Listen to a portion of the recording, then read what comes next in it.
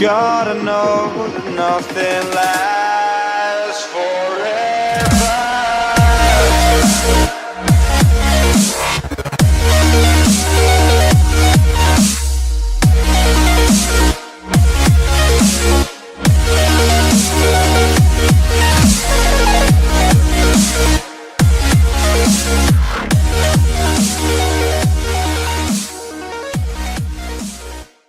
All right, it's been a couple of days to get to this stage here.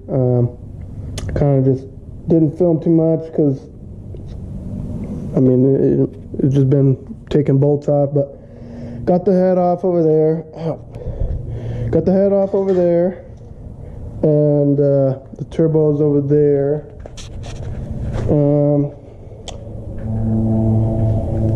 I filmed removing the bearing caps. This is kind of where we're at. I need to pull the pistons out of the block. Now this oil here is from when I had it turned over, and oh, what's this? You know, I think that's a little bit of head gasket or something. Maybe, I hope. But yeah, the cylinders look great.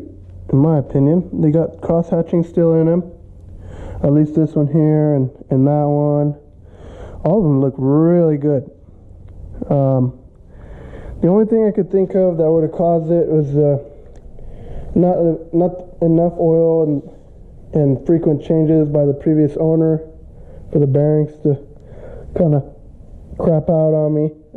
But I mean, just means that I'm getting better parts for it, making it stronger, and hopefully it shouldn't happen again. I'm still just wondering what that is. It's kind of bothering me. I think it is just the film of this rubber sealant. But yeah, this oil was from when it was tipped over upside down, and there was a little bit of residue left, and it just slid through the rings. That's why there's oil in there. The rest of them, as you can see, are just fine. Ooh, what's that? Looks like more gasket. Nice and dry. The other ones, you know, as you can see, have the oil in them. But yeah, so the next step would be pulling out the pistons. This cylinder 3 and cylinder 1 and cylinder 3 are the ones that are already taken off. I got the caps over there. Yeah. So I'm just going to go ahead and do that, and I'll show you guys once I got them out.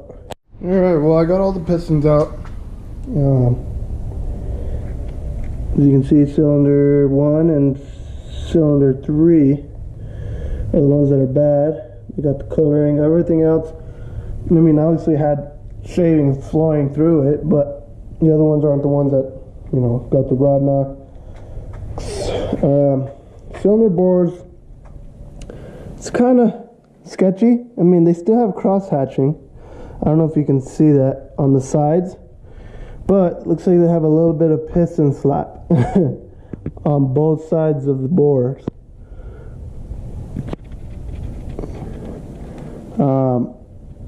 So I'm not too sure. I'm gonna figure some info out and go from there, but now I can actually pull the crank off and take the crank to the machine shop.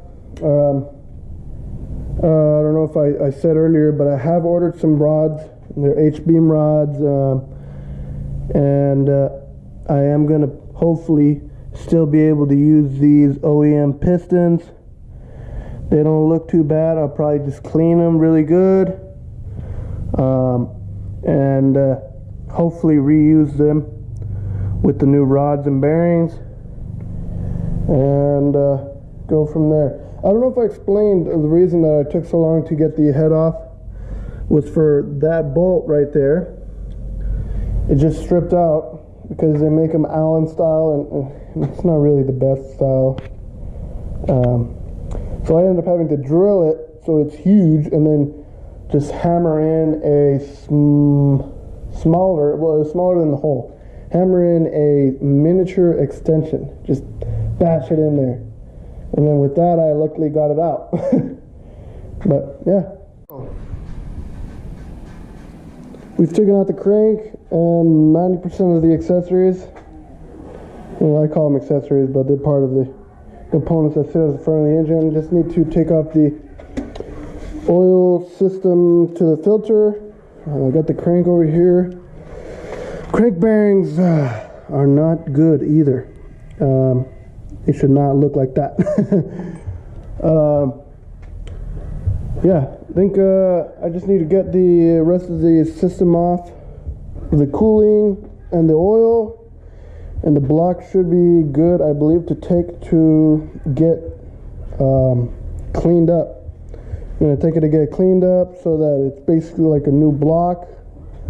And then I'm going to get the crank machined, see what size of bearings I'm going to need, and get the head cleaned and the oil pans cleaned. Spare block, no more oil pump, no more lines or anything. I don't know if I explained earlier, but there looks like there's some piston slap. That's one of the main reasons I want to take the block to get checked and cleaned. Is to see if it needs to be bored out, 0.5 millimeter or whatever the size is, and get it cleaned, because I mean, look at this, it's just filthy. I don't know if you can tell all this grime and dirt on it and whatnot. So that's all out. I got the crank out. I don't know if I showed that a little bit ago. The main bearings are bad too. They should not be like that. Yeah, I think I did explain it earlier, but yeah, one of the things that's not good. So got all the accessories over there just piled on top of each other. Right now what I got left, one thing for sure though, let me just say real quick, is that you guys, when you're tearing apart an engine or anything, it's always good to bag everything. So here's a little turbo feed line. Even if it's just one bolt, it's worth it, because when you're going to put it back together, you're just like, oh shoot, where does this bolt go? So this one's water neck, or yeah, rear water lines, just, you know, bags of things. And you always want to make sure that everything's all bagged, so you know where they go. Got the head over here on the bench. Gonna start the removal process of all of this stuff. Hopefully it shouldn't be too difficult.